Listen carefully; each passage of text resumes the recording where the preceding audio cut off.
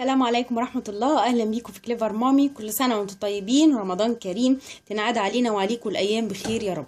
النهاردة عندي فيديو جميل قوي، حيل ونصايح ليكي في المطبخ هتساعدك كتير كتير، وكمان سلسلة إيبي مطبخ اللي مقدرش استغنى عنهم ولا اتأخر عنهم أبدا. أتمنى النصايح النهاردة تعجبكم والحيل تكون فعلا حيل مساعدة ليكي في المطبخ. بالنسبة للحمة المعصجة واحنا داخلين على شهر رمضان وبنحتاجها لحاجات كتير جدا في أكلاتنا، في صواني، في أكل على النار عادي. اللحمة المفرومة لما بتخرجيها عشان تعمليها لحمة معصجة بالبصل الافضل، او حتى بالثوم، في برضو يعني انا ساعات بعملها كمان بالثوم لخضار وحاجات زي كده. الافضل انها تكون كانت موجودة في الفريزر، ما نستخدمش اللحمة فريش عشان بتفقد كتير من السوائل بتاعتها وبتنشف، فدي شكوى بتبقى موجودة كتير في اللحمة اللي بنعملها لحمة عصاج. نقطة تانية برضو كتير كانوا بيشتكوا من انه ليه اللحمة المفرومة بتتكتل، ليه مش بتبقى يعني مش متكتلة، تبقى عادية، اللحمة مش ماسكة في بعضها. فالنقطة دي بتفرق في ان اول ما بتاخديها سواء من الفريزر او بتستخدميها بشكل عادي على طول وهي فكة، بتحطيها على النار وايدك فيها تقلبيها باستمرار.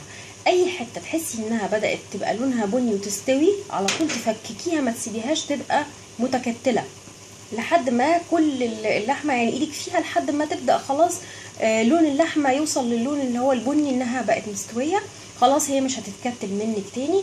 والافضل النقطه الثالثه اللي بتكلم فيها انه ما نحطش التوابل ولا الملح غير لما خلاص تكون استوت، تبداي تتبليها زي ما انت عايزه. اما بالنسبه لقطاعه الخضار اللي ليها الفتحه اللي موجوده هنا دي،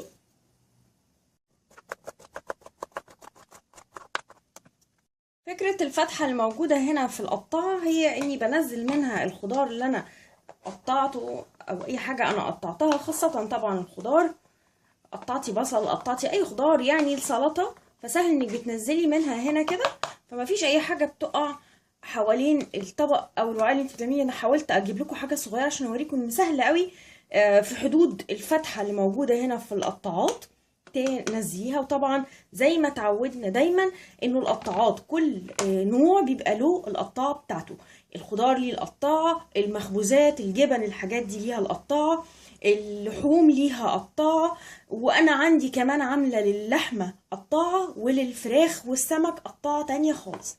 فدي بالنسبه كمان لانواع القطاعات اللي بنقطع عليها الاكل بتاعنا. من الحاجات المهمة كمان اللي لازم نعرفها وكان جايلي سؤال عنها، الجبن واستهلاك الجبنة وازاي بنتعامل معاها اول ما تيجي. الجبنة اول ما تيجي على طول من بره، لان تقريبا كل السوبر ماركت اللي بنشتري منها بيحط الجبن في الاطباق الفل، اللي هي الاطباق دي اسمها فلين، فوم، ايا كان اسمها، هي دي اللي بيجي فيها الجبن من السوبر ماركت. المفروض ان احنا ما نسيبهاش، يعني هي بيتحط فيها بس احنا مضطرين غصب عننا لازم هنلجأ للموضوع ده. بس اول ما ترجعي البيت على طول تحطيها في علبة، وطبعا كل ما بتكون العلبة صحية كل ما بتحافظ على المحتويات الموجودة فيها، وبتسحبي منها، بتاخدي منها اجزاء.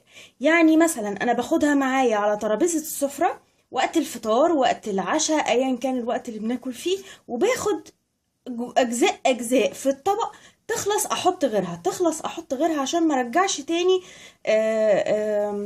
اللي اتبقى. طبعا اتبقى واحنا بنتعامل بس بشكل مش بمعلقة او باي حاجة بناكل بيها، فبترجع عادي مفيش مشكلة انها مش هتأثر على المحتوى تاني اللي موجود في العلبة. ودايما نستعمل علب تكون على قد الكمية اللي موجودة. يعني مثلا انا عندي هنا جبنة في العلبة دي، هنا اولا نقطتين، العلبة كبيرة على كمية الجبنة، تاني حاجة حجم الجبنة قطعة كبيرة، فبالشكل ده مش هعرف احط في الاطباق لما اقدم على السفرة. فانا بعمل ايه؟ قطعة وهاخد الجبنة دي وتتقطع. انا بحب دايما اقطعها بحيث انها تكون على قد العيش الفينو وقت السندوتشات، سواء للمدرسة او حتى لو الولاد بياكلوها وقت المذاكرة، فانا بحبها كده تمام.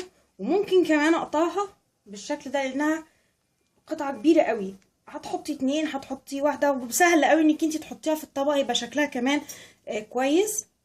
وفي علبة حجمها مناسب لحجم الكمية اللي هتكون باقية عندي هحط الجبنة.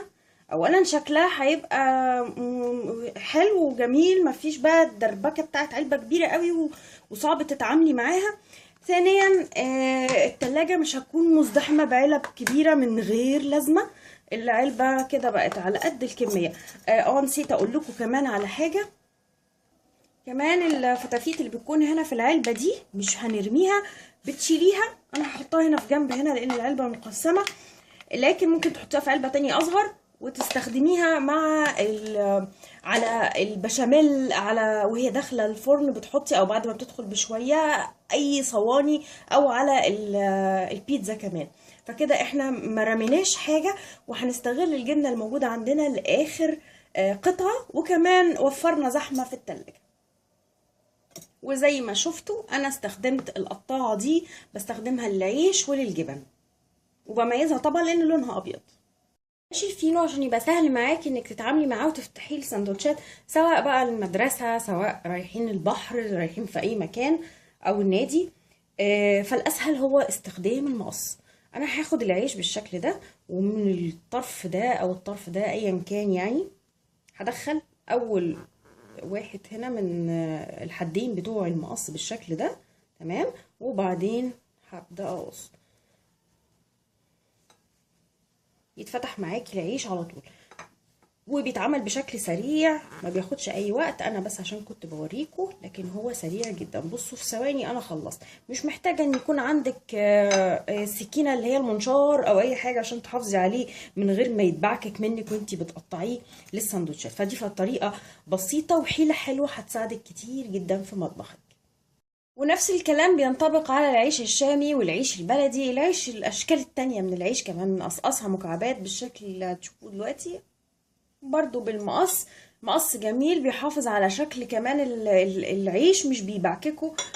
ده في حالة كمان لو ما عندكيش السكينة المنشار، فبيتقصقص بالشكل ده وبيتحمص زي ما انت عايزة. شيليه بقى عندك متحمص في الفريزر، بيفضل زي ما هو فترات طويلة تستخدميه. انا بستخدمه ساعات في سلطات التونة، سلطات الفاصوليا، اللوبيا، السلطات من الانواع دي والخضار. بس بيتحط على طول مباشرة على السلطة قبل الأكل على طول، عشان ما يشربش من الصوص اللي موجود في السلطة ويبقى طري ومش حلو.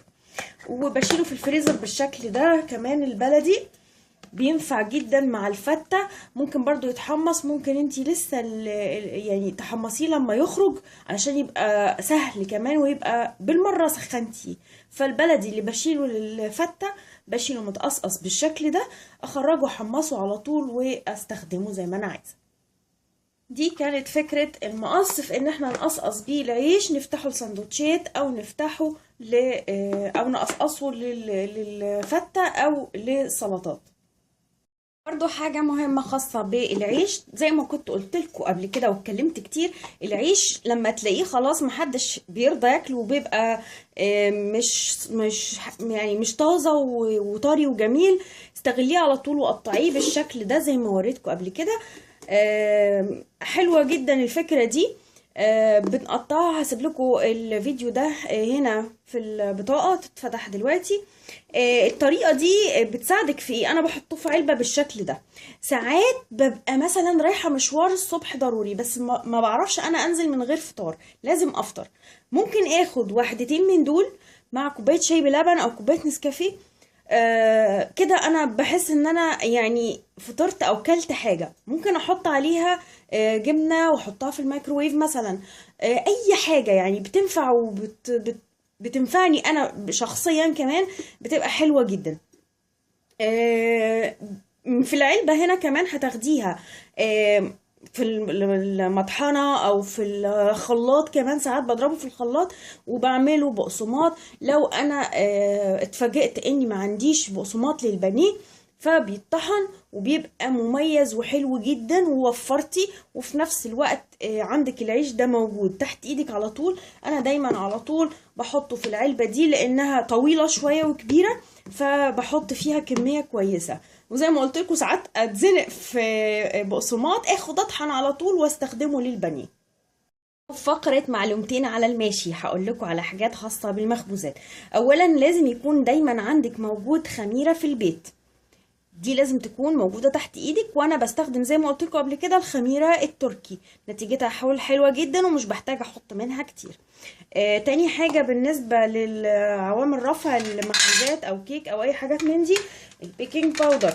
البيكنج باودر لازم تتحفظ في مكان بارد، بقى اسفة يعني مش حر ومش في التلاجة، بيتحط في المطبخ عادي. ولما تشتريه من السوبر ماركت ما يتحطش في الكيس اللي معاه حاجات كانت موجودة في التلاجة زي جبن زي ألبان، اي حاجة ما كانت موجودة مثلا في التلاجة. لازم البيكنج باودر يكون بعيد عنها لانه بيفسد من البرودة الشديدة، وبتخليه دايما موجود عندك. وتتأكدي دايما من اخر مرة استخدمتي وتبقى كيس هنا، تبقى عندي كيس هكتب على طول في الورقة اللي بداوم فيها مشترواتي اللي بقى ناقص عندي.